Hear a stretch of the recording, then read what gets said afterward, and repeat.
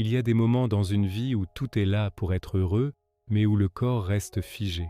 Pas parce qu'on ne ressent rien, mais parce qu'on ressent trop. Cette vidéo ne parle pas d'une histoire précise. Elle parle d'un état, d'un amour possible, mais jamais détendu. On croit souvent que quand quelqu'un est tendu, c'est qu'il n'est pas bien, ou qu'il n'est pas amoureux, ou qu'il n'est pas à sa place. Mais parfois, c'est l'inverse.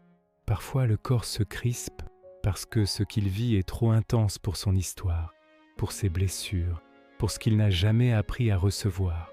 Le cœur déborde, mais le corps, lui, se fige, comme s'il retenait son souffle face à une vague trop haute. Il n'est pas insensible, il est submergé.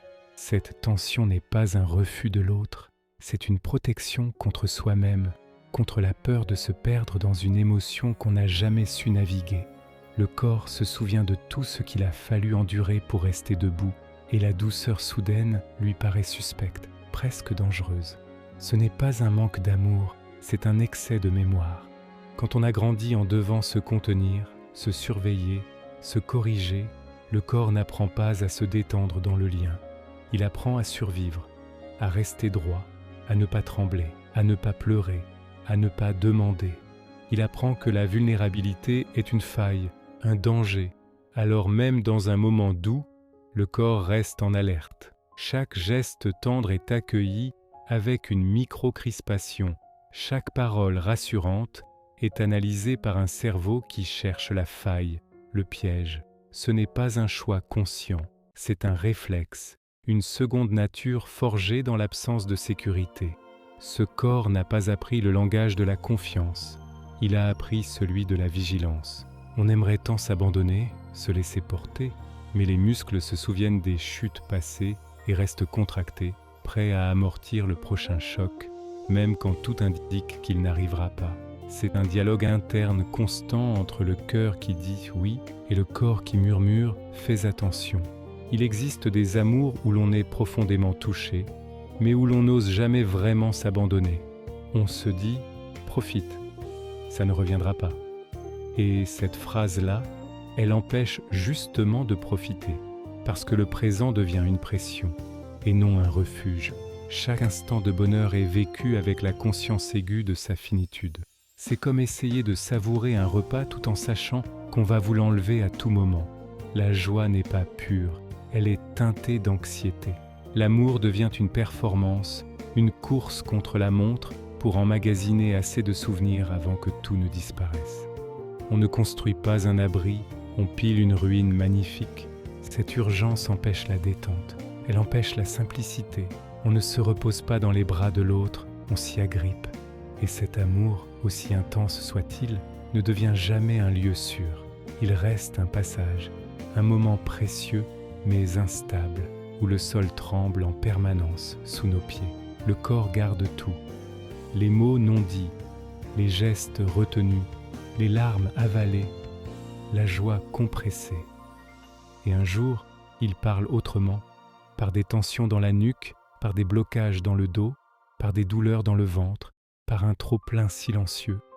Ce n'est pas une faiblesse, c'est une mémoire. C'est Oetal, archive vivante de toutes les fois où l'on a dit « ça va » alors que tout criait à l'intérieur. Chaque émotion qui n'a pas pu s'exprimer, chaque impulsion qui a été réprimée, s'est cristallisée quelque part dans nos tissus.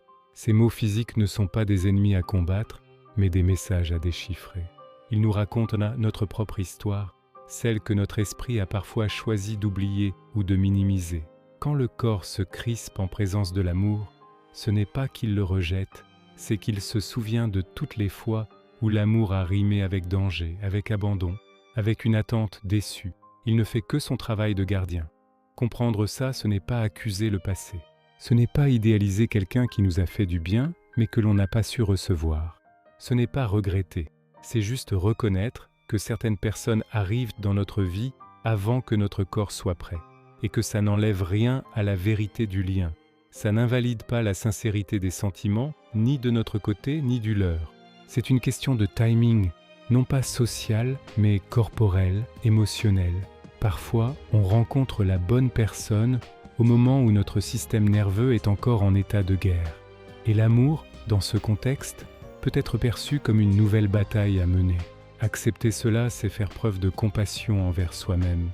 C'est se dire que ce n'était ni notre faute, ni la leur. C'était juste une rencontre entre une âme prête à donner et un corps qui n'avait pas encore appris à recevoir sans se barricader.